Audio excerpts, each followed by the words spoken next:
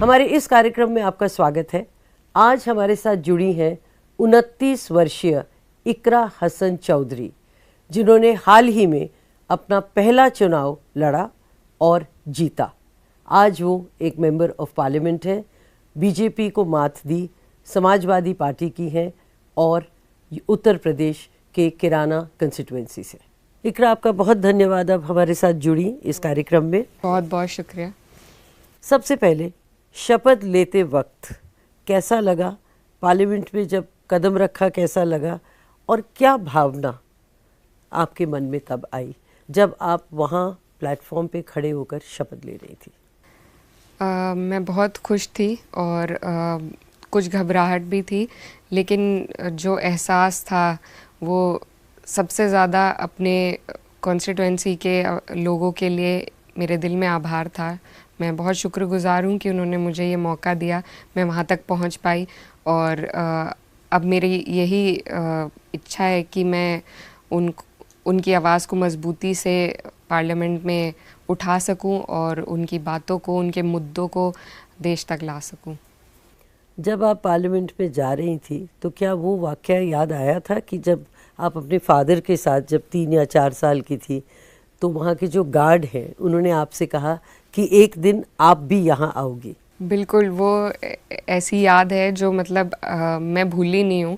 और पहले मुझे इस बात का कोई मतलब नहीं लगता था, लेकिन अब क्योंकि मैं खुद आ चुकी हूँ पार्लियामेंट में, तो मैं अक्सर उस बात के बारे में सोचती हूँ। और उस दिन भी मुझे याद आ रहा था और ये भी एहसास हो रहा था कि अगर मेरे पिताजी होते तो वो बहुत खुश होते, वो देखते कि उन्हीं के नक्शे कदम पर चलकर मैं वहाँ तक पहुँच रही हूँ। तो मुझे उम्मीद है कि वो जहाँ भी हैं खुश होंगे। और बस यही चाहती हूँ कि मैं उन्हीं की तरह, जिस तरीके से वो अपनी राजनीति करते थे, उसी तरीके से मैं भी उनकी राजनीति को आगे बढ़ा पाऊँ। आप अपने फादर की पॉलिटिक्स से बहुत इन्फ्लुएंस्ड हैं, पर आपकी मदर भी पॉलिटिक्स में थी, तो उनका कितना योगदान आपके पॉलिटिक्स पे रहा, और अब जो आप अपनी पॉलिटिक्स करेंगी उसमें कितना फ़र्क या कितना अलग अपने पेरेंट्स से होगा, या आप उसी ट्रेडिशन को फॉलो करेंगे? मेरे पिताजी जो थे वो पॉलिटिशियन थे और उन्होंने ही राजनीति हमारे घर में आगे बढ़ाई थी, और उन्हीं की देन है कि आज तक राजनीति हमारे घर में है।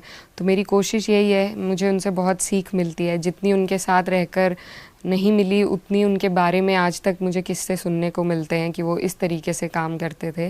तो आज तक भी वो मेरे लिए सीख का काम करते हैं। उनसे बहुत अलग है मेरी जो मदर हैं, उनका इन्फ्लुएंस। उन्होंने हमें संभाला है एक ऐसे वक्त में जब बहुत कुछ चला गया था हमारी ज़िंदगी से। तो मैं जो भी आज कुछ हूँ, जिस भी तरीके से मैं रहती हूँ, अगर लोगों को मैं पसंद आती हूँ, मेरी जो भी तरबियत है वो मेरी माँ की देन है, मेरी पढ़ाई, मेरी तरबियत। तो आज उन सब चीज़ों का श्रेय मैं अपनी माँ को देना चाहूँगी। लेकिन जो राजनीति है और जिस तरीके से राजनीति मैं करना चाहती हूँ, उसका पूरा श्रेय मेरे पिताजी को जाता है। और उनके वक्त में और आज के वक्त में बहुत फ़र्क है। अब राजनीति बहुत बदल गई है। उनके वक्त में अगर आप सरकार में नहीं भी होते थे तो आपकी बहुत बात मानी जाती थी, सुनी जाती थी। लेकिन अब वो जो स्तर है वो घट गया है बहुत तरीके से। तो बहुत कुछ बदलाव आया है, लेकिन हम अब भी संघर्ष करेंगे और कोशिश करेंगे कि हम अपने लोगों की आवाज़ को दबने ना दें। आपके भाई को जेल हुई, पर आपने उनके लिए कैंपेन किया और आपने ये कहा कि जो स्टोरी है या जो कहा जा रहा है, स्टोरी उससे बहुत अलग है। उसके बारे में बताइए कि क्या एक्चुअल स्टोरी है? मेरे भाई को उनका कैरेक्टर असैसिनेट किया गया। उनको बिल्कुल भाजपा के द्वारा और भाजपा के सहयोगियों के द्वारा इस तरीके से दर्शाया गया कि वो एक गैंगस्टर हैं या उन्होंने कुछ ऐसे काम किए हैं। लेकिन वो 3 बार के विधायक हैं एक ही कॉन्स्टिट्यूंसी से।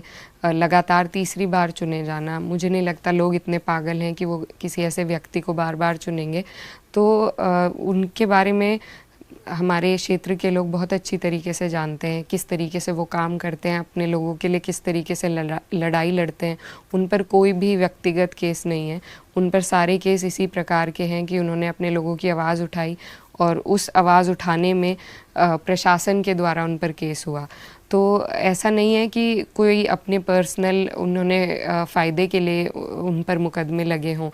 तो वो बहुत दिल से राजनीति करते हैं, अपने लोगों के लिए लड़ते हैं और ये बात वहाँ के लोग अच्छी तरह समझते हैं, तभी उन्हें तीसरी बार बनाया है। तो इसीलिए मैंने कहा कि कहानी बहुत अलग है।